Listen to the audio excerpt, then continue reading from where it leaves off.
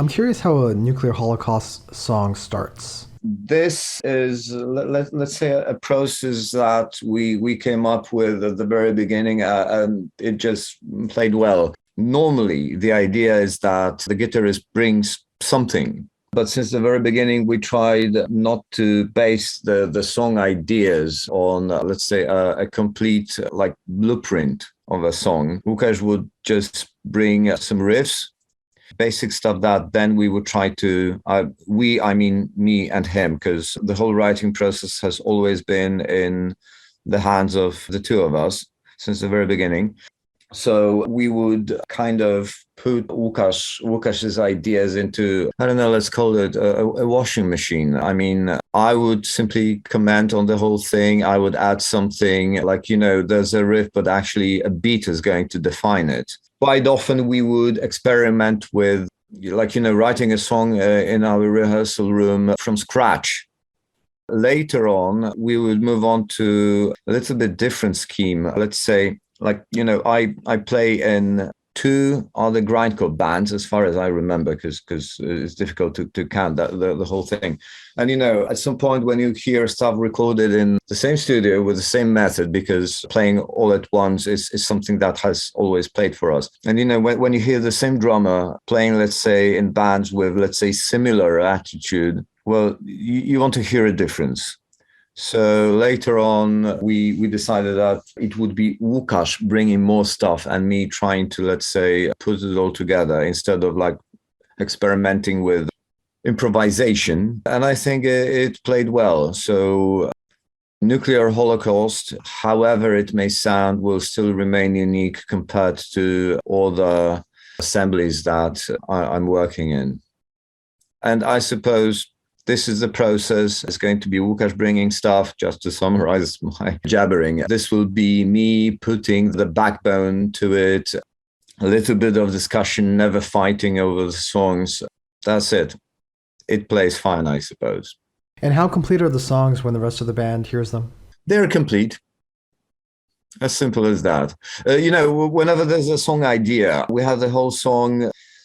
Actually, quite often after a few minutes, it's always going to be one sitting. We meet, we put the whole thing together. The next time we meet as a band, I mean, when we are writing the songs, it's going to be me and Łukasz, the rehearsal room. The song is ready. Next time we meet with the rest of the crew. Quite often it will be 3 songs they've never heard of. The bassist will just add his line on his own. The singer will do his job, and well, that's actually the complete song, as a matter of fact. Right. But in terms of song structure, you and Łukasz work on those together, and by the time the other 2 members get involved, the song structures are set. Yeah, basically true.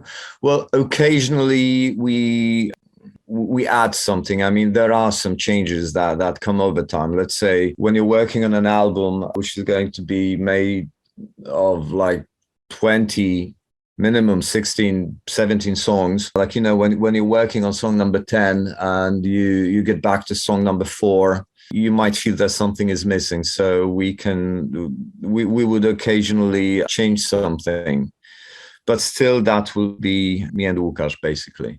So let's speak about this latest album.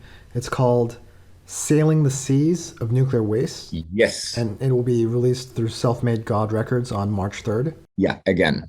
And this will be your 3rd full-length album. True. When did you guys start working on this? Funny thing. First off, I have no idea because it was such a long time ago. I suppose it was like 3 years ago, and this is the first time it took us such a long time. But you have to take into account that we had this whole COVID situation, and you remember that at the very beginning of the whole thing, people were not really allowed to meet up.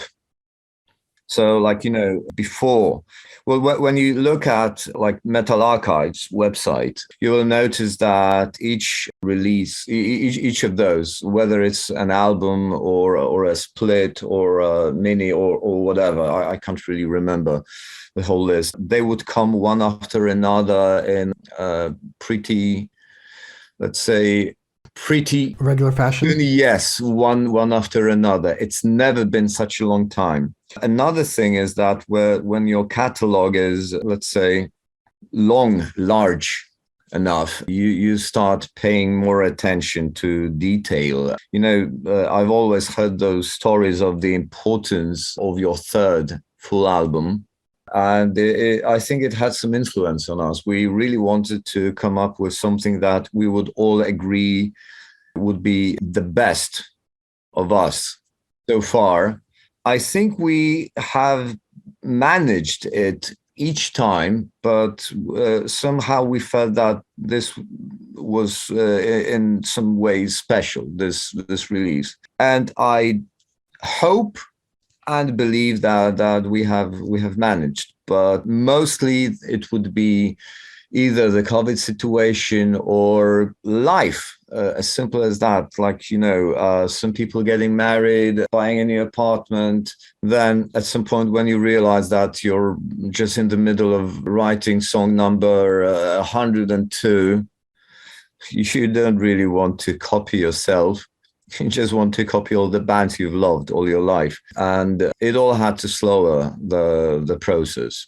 So yeah, it's never been that long. I just hope it was worthwhile. I'm curious why album number 3 is the special one for you. What makes a band's third album special? Yeah, I have no idea. I suppose it's an imposed notion. I remember, plenty of bands releasing their third album, actually mentioning themselves like, yeah, we know this is our third album, and yeah, we know you expect much more from us than before. I suppose. Well, I suppose it worked here as well. I mean, like, we ourselves looking at what we've done so far, our demo was in a way an experiment. I mean, we didn't really know what we wanted to achieve, kind of, I mean, production wise. Then there was this debut album for Self-Made God, because Karol signed us pretty quickly after hearing our demo. We were so amazed. We got a contract with such a huge and really important label. I mean, I've got plenty of albums from his catalog on my shelf. So, our first album was something that, let's say, had some base in what we did beforehand. Let's say this time we knew what we were looking for, but looking at that time from the perspective of now, of the present day, I would say, yeah, we still had no idea. We were still searching. Our second album was much more mature in a way. We had much more experience with, working in a studio. We felt much more comfortable with Pavel, the producer, with us, simply me behind the kit, or the other guys working with their instruments. But then, before, in between albums, we would always release one or two splits or some other sessions, which were some kind of breaks from this, giant work. This time we have to make an album. This time it's going to be 20 songs. They should be consistent, so it shouldn't take too much time.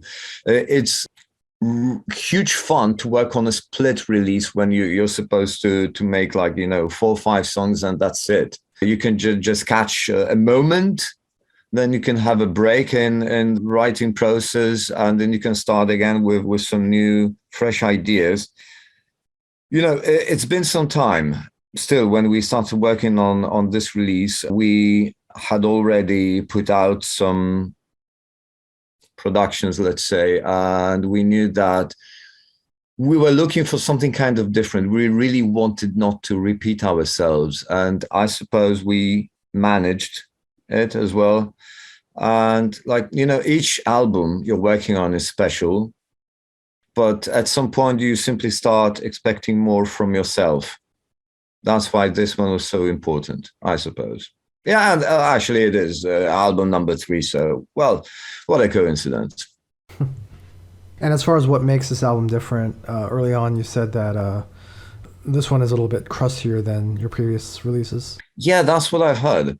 And I just can't disagree with that. I mean, like, when you're playing in a band and you're just working on another release with no, let's say, objectives like this album has to be different in particular ways from what you've done so far. You just want it to be better. You allow yourself to experiment a little more. But then still, it's the same people you've been working with, it's still the same band, so you're generally doing the same thing. It's not like you have an agenda of some sort. So, for us, it was just another Nuclear Holocaust album, possibly, preferably better than everything else we've done so far. But then you hear opinions from, let's say, friends of yours, those people you allow actually to listen to it before the premiere. And, to your surprise, you hear someone saying that the vocals are like completely different from what the vocalist, what the Sylvek has like done with himself so far, which I personally found surprising. But then, yeah, sure, maybe I just don't listen to our recordings too often to notice it. Okay, it is crustier. I mean, wanting to start a grindcore band and being labeled as a grindcore band, you simply expect that what you're going to do next is just going to be a combination of blast beats and D beats, okay, and some punk in between. But then at some point, well, I personally realized that, yeah, I didn't really have to put that many blast beats in it because I'm doing it in two other bands of mine. Even in this hardcore band that I also play with, which was supposed to be hardcore before I joined them. Then we added blast beats, even in a hardcore style. So yeah, you can like play them as much as you can, but then you realize that you don't really have to. So I suppose that would be the main difference. Funny thing, because, although it is crustier than ever and not so replete with classical grindcore stuff, I suppose it is the grindiest album of all our releases so far anyways. Cool. Sorry for answering to your questions like yes and no, or yes, but not really, but that's what things are like. No, that's fine. That's fine. We like well thought out answers on this podcast.